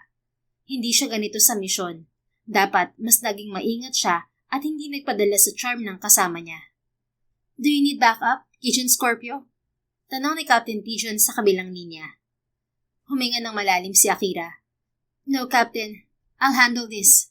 Tugon niya sa seryosong tono. Napatitig si Baron sa kanya pero mabilis din itong umiwas ng tingin nang hubarin niya ang itim niyang long sleeve at tanging itim na sports bra ang suot niyang pang itaas. Itinali niya ang damit sa braso ni Baron, sa kanya ikinasa ang 2 niyang baril. Baliwala na ang pag-iingat nilang huwag gumawa ng ingay dahil nakapagpaputok na ang kalaban. Let's separate our ways so I don't get distracted with your charm, Baron. Diretso niyang sabi. Tumayo si Baron. Good idea. That way my brain will actually work when I'm not too close to you. You have a way of making me forget everything else and just enjoy being here with you. Sandaling natigilan si Akira. Akala niya siya ang mas straightforward sa kanilang dalawa. Pero mas straightforward pala si Baron. Walang preno ang bibig nito at hindi niya akalain na ganito pala ang nararamdaman nito kapag nasa malapit siya. Distraction pala tayo sa isa't isa in a good way, Baron. Pero alam kong maganda rin ang magiging tandem natin. Sa magkabilang direksyon tayo pumunta. Ready? Inangat ni Akira ang nakatikom na kamay. Marahang ibinunggo ni Baron ang nakatikom nitong palad sa kamay niya. Yeah, let's go. Anang binata. Ngumiti sila sa isa't isa at sabay sumeryoso saka tumalikod hawak ang kani-kanyang armas. Magkatalikod silang naglakad patungo sa magkaibang direksyon. Nang may makasalubong na kalaban, sunod-sunod na nagpakawala ng putok si Akira. Hindi niya pinupuruhan ng mga kalaban, sapat lang ang ginagawa niya para hindi makagalaw ang mga ito. Sa ilang minuto niyang pakikipaglaban, nagawa niyang malipol ang mga kalaban, pero hindi pa niya nakikita ang grupo ni Mr. Hakweka. Isang lugar na lamang ang hindi pa niya napupuntahan, ang lower deck ng fishing vessel. Marahang naglakad si Akira patungo roon, pero napatigil siya nang maramdaman ang matigas na bagay sa likod ng ulo niya. Move, or I'll pull the trigger behind your head. Saad ng babae sa likuran. Hindi kumilos si Akira. Nagawa nitong kunin ang armas niya saka yun itinapon sa dagat. You're underestimating my abilities, miss. I've been an agent for almost 20 years. I worked in the field for 10 years before becoming a systems specialist. You can't just capture me like I'm something you picked up from the floor. You're nothing but an insect compared to me. Sabi pa nitong nagmamalaki. May mga insektong nakamamatay, gurang. Are you cursing me? Mas idiniin nito ang baril sa ulo ni Akira na parang gigil na siyang patayin. Drop your weapon, Coralie. Kinilabutan si Akira nang marinig ang seryoso at nagbabantang boses ni Baron. Nasa unahan ito at nakaangat ang baril. Matalim ang tingin na para bang hindi sasantuhin ng bala nito ang babae sa likuran niya. At last, you're finally here, Baron. You'll witness how I'm going to kill this girl. Isang malamig na ngiti ang sumilay sa labi ni Akira. Kung magagawa mo, gurang. Kasabay ng paghampas ng alon sa gilid ng barko, biglang kumilos si Akira. Para siyang kidlat na naglaho sa kinatatayuan niya. Umalingaw-ngaw ang putok ng baril, ngunit hangin lamang ang tinamaan ng bala. Napaatras si Coralie nang mawalan ng target. Bago pa nito maitutok muli ang armas, nasa gilid na nito si Akira. Isang malakas na hampas ang tumama sa braso nito, dahilan upang manginig ang pagkakahawak nito sa baril at mabitiwan yon. Gumulong ang armas sa sahig ng barko. Sunod-sunod ang mabilis at malinis na galaw ni Akira.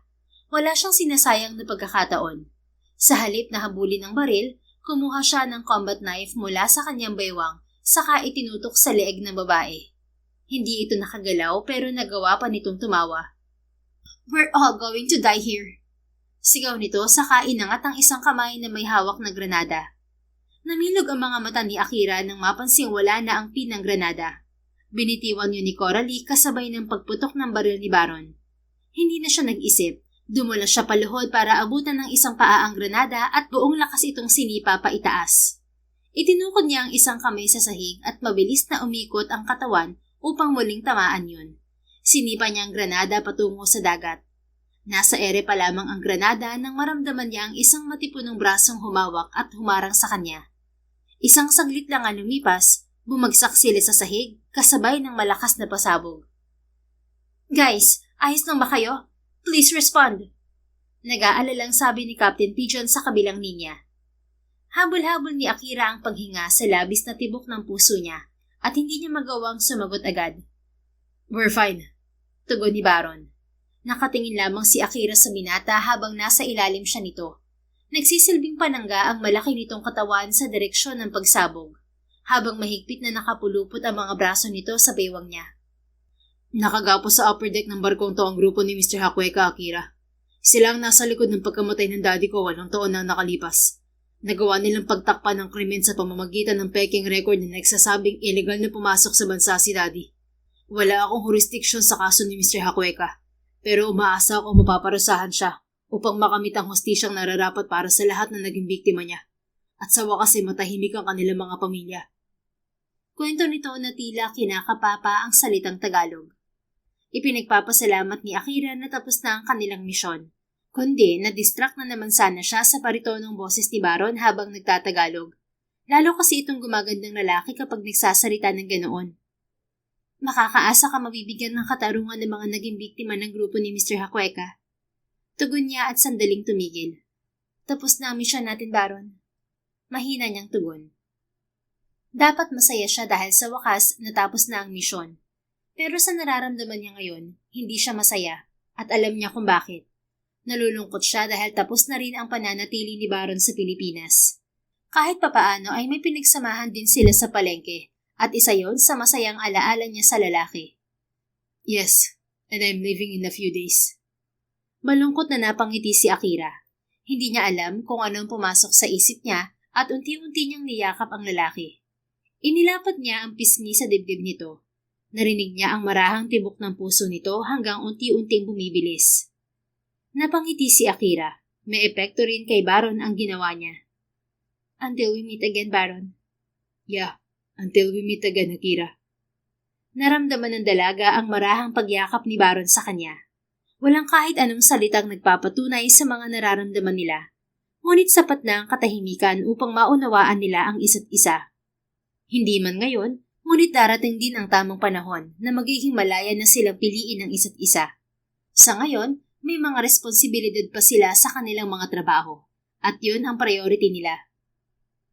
Isang linggo pagkatapos ng misyon, nasa kulungan na ang grupo ni Mr. Hakweka. Malakas ang ebidensyang ito ang mastermind sa iligal na pagpapasok ng mga tao sa bansa, at utak sa pagpapanggap ng grupo nito na ginagaya ang mukha ng ibang tao gamit ang prosthetics. Sa kasamaang palad, bihag pala ng mga ito ang totoong nagmamayari ng muka na buti na lamang at nailigtas nila sa basement ng auction house. Samantala, 4 na araw na rin simula nang bumalik si Baron sa England kasama si Carolee na naka-wheelchair dahil sa natamo nitong injury at ang British fugitive nitong lover. Nabalitaan nilang habang buhay na makukulong ang dalawa sa England. Habang si Akira, balik trabaho sa Fortress Headquarters. Ay, ang boring. Wala man lang inuutos si Lady Mahika sa atin. Wala ring misyon ng mga agent na kailangan mag-disguise. Anong gagawin natin dito?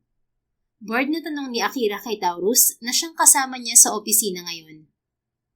Pwede naman tayong gumawa ng ibang bagay maliban sa trabaho natin bilang agent, Scorpio. Madami sa atin ang may kani-kaniyang trabaho sa labas ng headquarters. Kung gusto mo, pwede mong gawin ang dati mong ginagawa sa labas. Tatawagan naman tayo kapag may bagong misyon. Ayoko munang bumalik sa pagtitinda ng isda. May naaalala ako sa bawat sulok ng palengke eh. Nakanguso niyang sabi. Simula nang umalis si Baron, hindi na ito nawala sa isip niya. Hindi na rin sila nakapag-usap pa matapos ang nangyari sa fishing vessel. Ang tanging huli nilang nasabi sa isa't isa ay until we meet again, na walang kasiguraduhan kung mangyayari pa. Ikaw ang bahala. Bali walang tugon ni Taurus. Muling bumuntong hininga si Akira. Kinuha niya ang kanyang cellphone at naglaro ng puzzle.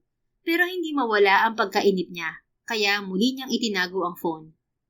Taurus, lalabas lang ako. Paalam niya. Tumango lang ito saka siya lumabas ng opisina. Nasa pasilyo si Akira nang makasalubong niya si Cancer. Tulad ng dati, matikas pa rin itong naglalakad at hindi pa rin nagbabago ang lakas ng dating nito. Ngunit nagbago ang epekto nito sa kanya. Hindi na siya yung babaeng magtatago sa hiya kapag nakakasalubong ito dahil sa ginawa niyang pagtatapat. Ngayon, kaya na niya itong salubungin at tingnan ng diretso sa mga mata. Congratulations sa matagumpay mong misyon, Scorpio. Saad nito, ngumiti si Akira. Salamat, Cancer. Malaki rin ang naitulong ng ibang agent sa misyon at kasama ka ron. Trabaho ko yun. Sige, may pupuntahan pa ako. Bye, Akira. Bye. At ganoon lang kasimple, parang bumalik na ulit sa dati ang samahan nila, maliban sa damdaming iniukol niya rito noon. Iba na ang iniisip niya ngayon, at minsan, nagpapabilis na rin sa tibok ng puso niya. Walang iba kundi si Baron. 2 taon ang mabilis na lumipas mula nang umalis si Baron pabalik ng England. Tahimik ang buhay ni Akira sa Navotas. Patuloy siyang nagtitinda ng isda para maging abala ang kanyang isip. Hindi naman siya seryoso sa pagtitinda. Nakagawian na lamang niya ito kapag walang misyon o walang ginagawa sa headquarters. Ngunit ramdam niya ang pagbabago habang nasa palengke siya. Tuwing may matangkad na dayuhang dumadaan, napapalingon pa rin siya. Hindi niya alam kung bakit. Marahil dahil may bahagi ng puso niyang umaasang baka isang araw ay makita niyang muli si Baron. Hindi naman siya nangako maghihintay. Hindi rin siya pinaghintay ni Baron. Wala silang kahit na anong usapan. Wala silang relasyon at wala rin silang komunikasyon. Pero sa loob ng 2 taon, wala ring taong nakapagparamdam sa kanya ng katulad ng naramdaman niya para sa binata. Kaya nanatili siyang single hanggang ngayon. Isang umaga habang nag-aayos si Akira ng tuna sa kanyang stall, tumunog ang cellphone niya. Nakita niyang tumatawag ang daddy niya kaya agad niyang sinagot. Dad? Nasa market ka ba, Iha? Yes, Dad. Pumunta ka muna sa headquarters ngayon. Nagpapatawag ng meeting si Boss Ami. Within 30 minutes dapat narito ka na. Copy, Dad. Pupunta na po ako. Pagkatapos ng tawag, umalis agad ng palengke si Akira at iniwan sa katiwala ang paninda niya. Makalipas ang 1 oras ay nasa headquarters na siya. Dumiretso siya sa conference room at nadatnan niya roon sina Boss Ami at ang kanyang ama. Napansin pa niya ang ilang dokumentong nakalatag sa mesa. Sit down, sabi ni Boss Ami. Agad na umupo si Akira. Walang patumpik-tumpik, sunod agad kapag si Boss Ami ang nag-utos. May partnership meeting tayo sa United Kingdom next week at kasama kay Agent Scorpio. Muli nitong sabi. Tumango siya. Understood, boss. Tahimik na itinulak ni Boss Ami ang isang manipis na folder sa kanyang harapan. Information sharing agreement lang to. Routine coordination with the partner agency. A few days in London, then babalik na tayo dito. Tayong 3 ang pupunta ron. London? Naroon si Baron. Kapag may oras, pupuntahan ko siya. Komento ni Akira sa isip. Bigla siyang na-excite. Bahagyang sumandal si Boss Ami sa upuan bago nagpatuloy. Magsiset up tayo ng secure communication channel sa pagitan ng 2 ahensya. Magkakaroon din ng kasunduan tungkol sa pagpapalitan ng intelligence reports, tracking data, at impormasyon tungkol sa mga transnational criminal groups na gumagalaw sa Asia at Europe. Hindi to joint operation, pero magiging mas mabilis ang koordinasyon kapag may kaso na tumatawid sa jurisdiction ng 2 bansa. Kailangan lang nating tiyaking tugma ang security protocols at data protection policies bago maging opisyal ang partnership. Gusto ng Ravenhall Bureau na personal na makilala ang mga field agents ng Fortress na posibleng makatrabaho nila sa mga susunod na taon. Kaya kasama ka sa delegation, Agent Scorpio. Sige po. Muling sang-ayon niya na hindi nag-abalang buksan ang folder na ibinigay ni Boss Ami. Naipaliwanag na rin ito ang nilalaman niyon, kaya wala nang dahilan para buksan pa yon. Makalipas ang 1 linggo, umalis na sina Akira, Boss Ami at Chief Booster patungong London. Paglapag ng kanilang eroplano sa Heathrow Airport, sinalubong sila ng isang sasakyan at agad silang nagtungo sa gusaling pagdarausan ng meeting. Isa yung modernong gusaling may salaming dingding at mahigpit na seguridad. Pagdating pa lang nila, dumaan muna sila sa ilang security checkpoint bago tuluyang makarating sa briefing room. Pumasok sila roon at sumalubong ang malawak na silid. May projector sa unahan, mahabang mesa na may mga dokumentong nakalatag, at nakaupo sa mga eleganteng upuan ng ilang opisyal habang naghihintay na magsimula ang pagpupulong. Tahimik na umupo si Akira sa tabi ng kanyang ama. Hindi naman ito ang unang international coordination meeting na nadaluhan niya. Kaya wala siyang inaasahang kakaiba hanggang bumukas ang pinto at pumasok ang isang lalaki. Nakasuot ng dark suit, matangkad, matikas ang pangangatawan at may seryosong ekspresyon. Biglang nanigas si Akira sa kinauupuan. Parang may humawak sa kanyang puso at hindi siya makahinga. Baron? Bulong ng isip niya. 2 taon niyang hindi nakita ang mukha nito. 2 taon niyang inisip kung kumusta na ito, kung masaya ba ito, kung naaalala pa ba siya nito. At ngayon ay nasa iisang silid sila. Hindi niya alam kung ano ang dapat maramdaman. Gusto niyang umiti at batiin si Baron, pero tila hindi siya nito nakikita. Tila baliwala lang siya nang batiin nito si Boss Ami at ang daddy niya. Masasabi niyang malayo na ang narating nito sa loob ng 2 taon. Ngayon ay isa na itong International Operations Director, dahilan upang ito ang manguna sa pagpupulong. Kaya lang, nagmukha siyang estatwa sa gilid na hindi man lamang nito tinapunan ng tingin. Let's begin, sabi ni Baron sa propesyonal, malamig at kalmadong tono. Tahimik na lang itong pinagmasdan ni Akira habang nagpapalitan ng salita ang mga ito tungkol sa partnership. Naghihintay siya ng kahit isang senyales na alam nitong naroon siya. Pero wala, hindi man lamang ito lumingon sa kanya. Nakalimutan na niya ako. Malungkot niyang sabi sa isip. Unti-unting bumigat ang kanyang dibdib. Marahil ay siya lamang ang hindi nakalimot at siya lamang ang nagbigay ng kahulugan sa mga salitang binitiwan nito noon. 2 taon siyang naghintay sa isang bagay na walang kasiguraduhan. At ngayon, parang kinukumpirma lamang ng tadhana na wala pala siyang hinihintay. Natapos ang partnership meeting ng mas maaga kaysa sa inaasahan. Dahil wala nang nakaschedule para sa natitirang bahagi ng araw, pinayagan siyang mamasyal bago ang nakatakdang pag-uwi sa Pilipinas kinabukasan. Kasama sana ni Akira sina Boss Ami at ang kanyang ama, pero pareho ang mga itong may sariling lakad. Mag-isa na lamang siyang naglalakad sa South Bank habang pinagmamasdan ng ilaw na sumasalamin sa tubig. Ang lamig ng hangin, pero mas malamig ang nararamdaman ng puso ko. Mabait siyang napangiti nang maalala ang mga nangyari kanina. Siguro panahon na para tanggapin niya ang katotohanan. Hindi lahat ng kwento ay may kasunod na kabanata. May mga taong dumarating lamang upang maging bahagi ng isang magandang alaala, at marahil isa na roon si Baron Kane. Habang naglalakad, may isang pamilyar na figurang nakita si Akira sa kabilang direksyon. Matangkad, nakaitim na overcoat, nakatayo malapit sa railings, at agad niya itong nakilala. Si Baron. Tadhana, handa na akong mag-let-go sa kahibangan ko. Nabigo na ako noong una. Ayaw ko ng pangalawahan pa. Alam kong malas ako sa lalaki, kaya ako na mismong kusang aatras ngayon.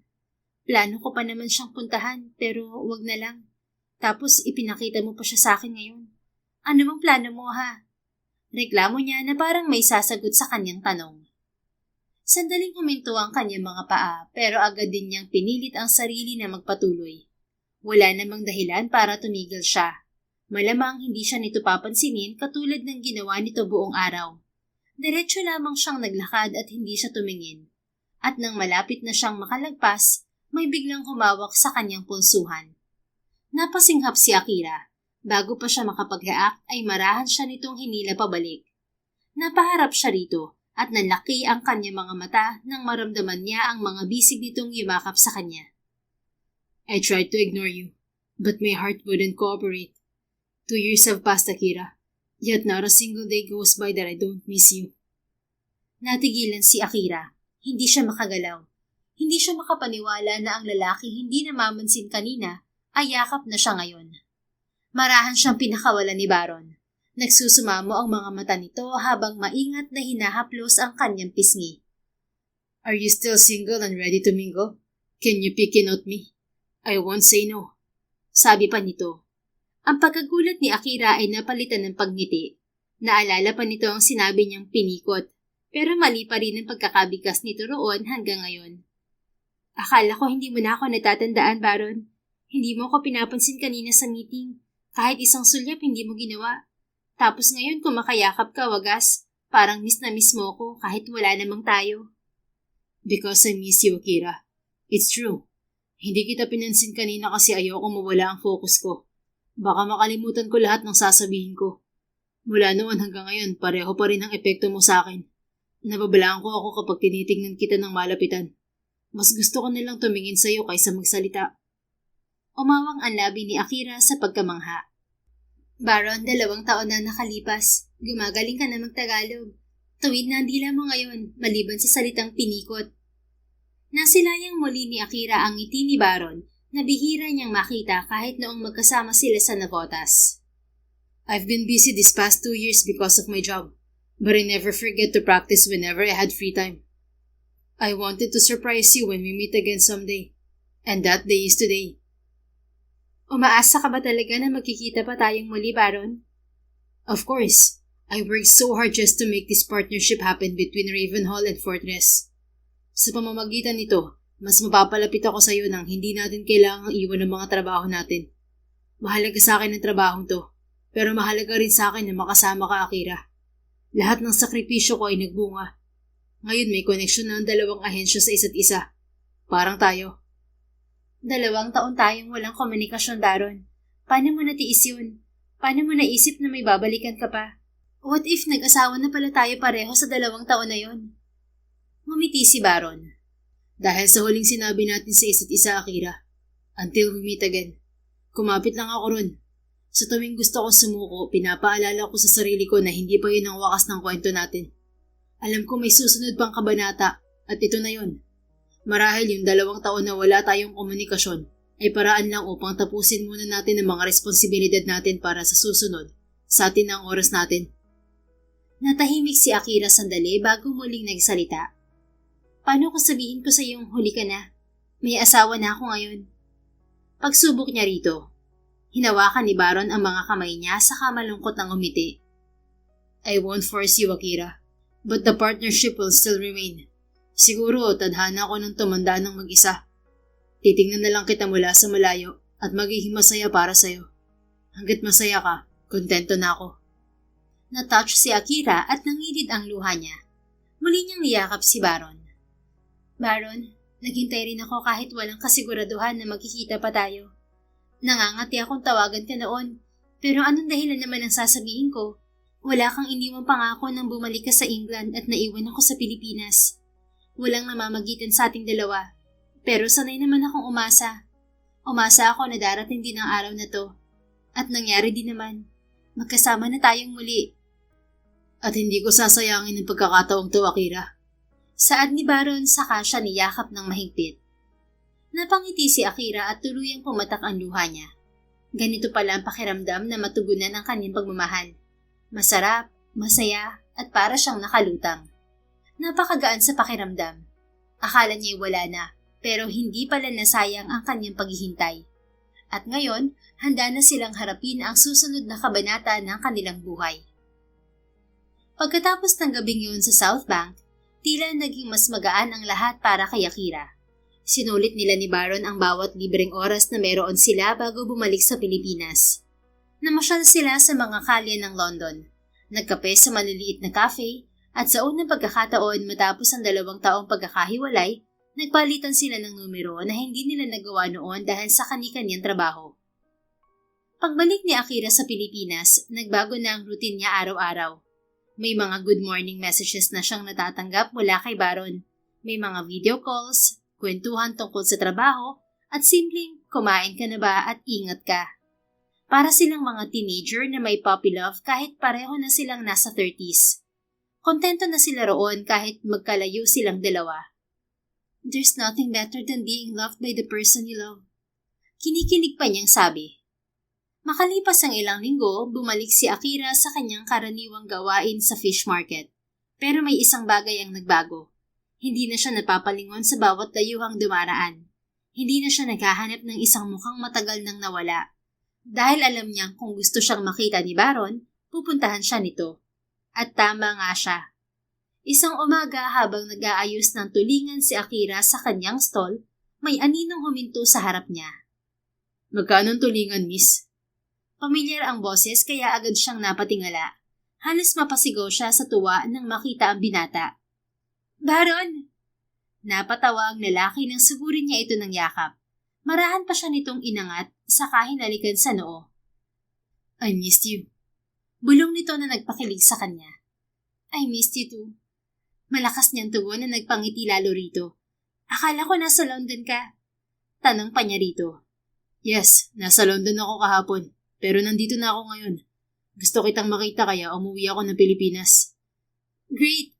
Ipapakilala kita kay Daddy bilang Baron at hindi ang director ng Ravenhall.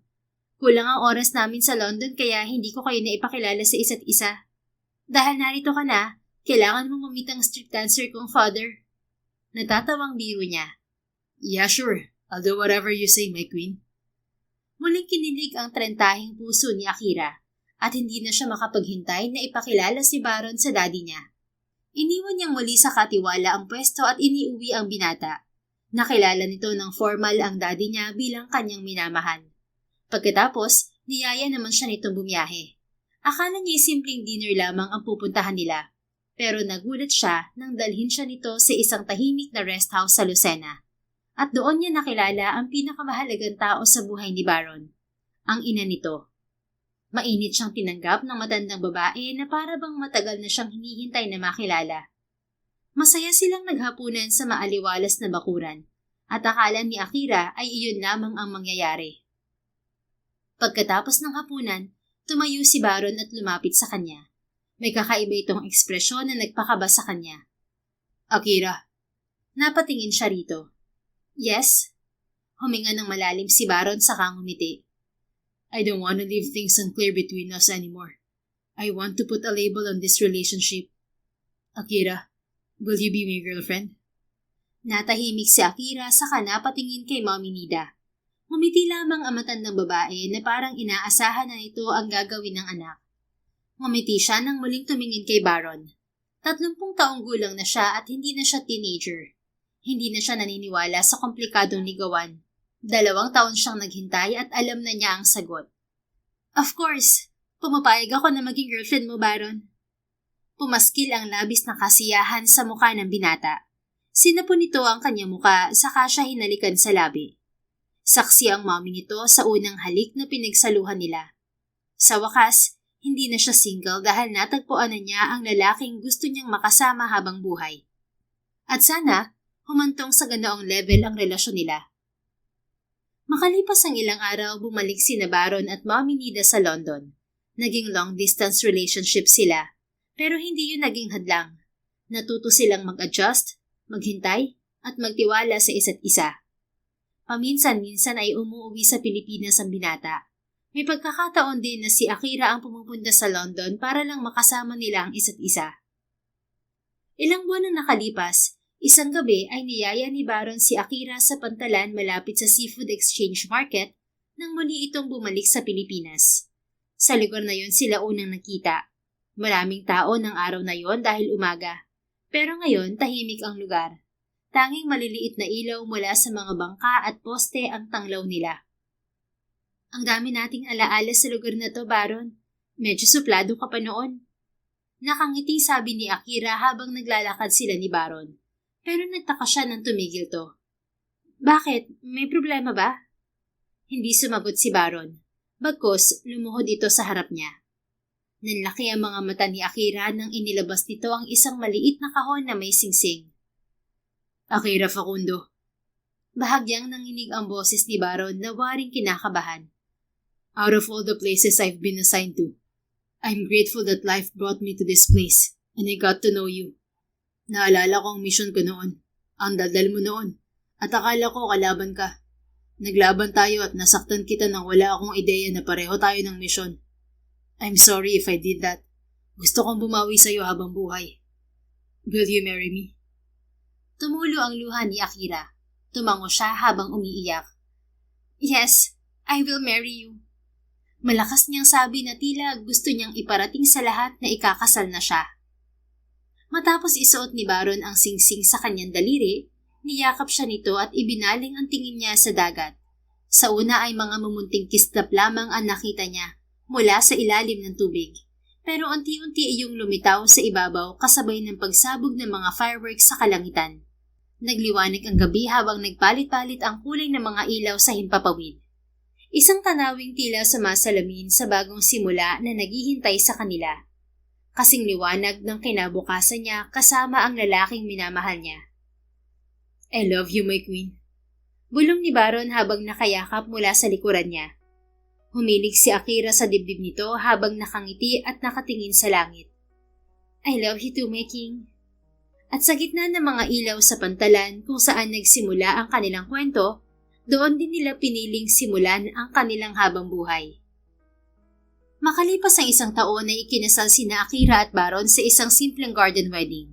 Napuno yun ng kanilang pamilya, mga kaibigan, at mga taong naging bahagi ng kanilang buhay. Matapos ang kasal, nagpatuloy pa rin ang kanilang mga trabaho. LDR pa rin sila sa loob ng ilang taon. Ngunit hindi na sila takot sa kanilang distansya dahil napatunayan na nilang kayang lampasan ng pagmamahal at tiwala ang kahit anumang pagsubok sa buhay. Kalaunan, biniyayaan sila ng isang anak na lalaki. Tiniis nila ang malayo sa isa't isa dahil sa trabaho. Hanggang dumating ang araw na opisyal nang naitalaga si Baron bilang representative ng Ravenhall sa Pilipinas. Nagpatayo sila ng tahanan sa Harbor Lights Residences, isang tahimik na subdivision sa Navotas na malapit sa dagat, ngunit malayo sa ingay ng pantalan. Mula sa balkonahe ng kanilang bahay, tanaw pa rin nila ang mga ilaw ng daungan tuwing gabi. At sa tuwing pinagmamasdan yun ni Akira kasama si Baron at ang kanilang anak, hindi niya maiwasang ngumiti. Dahil minsan, ang mga kwentong nagsisimula sa maling hinala, habulan, at mga lihim ay nauuwi rin pala sa masayang pagsasama. At yun ang pinakamagandang misyon na natapos nilang dalawa. The End. Kung nagustuhan mo ang istoryang ito, please don't forget to like, comment, and share it with your friends. Your support really makes a difference. Thank you and see you sa ating next story. Keep safe and be blessed.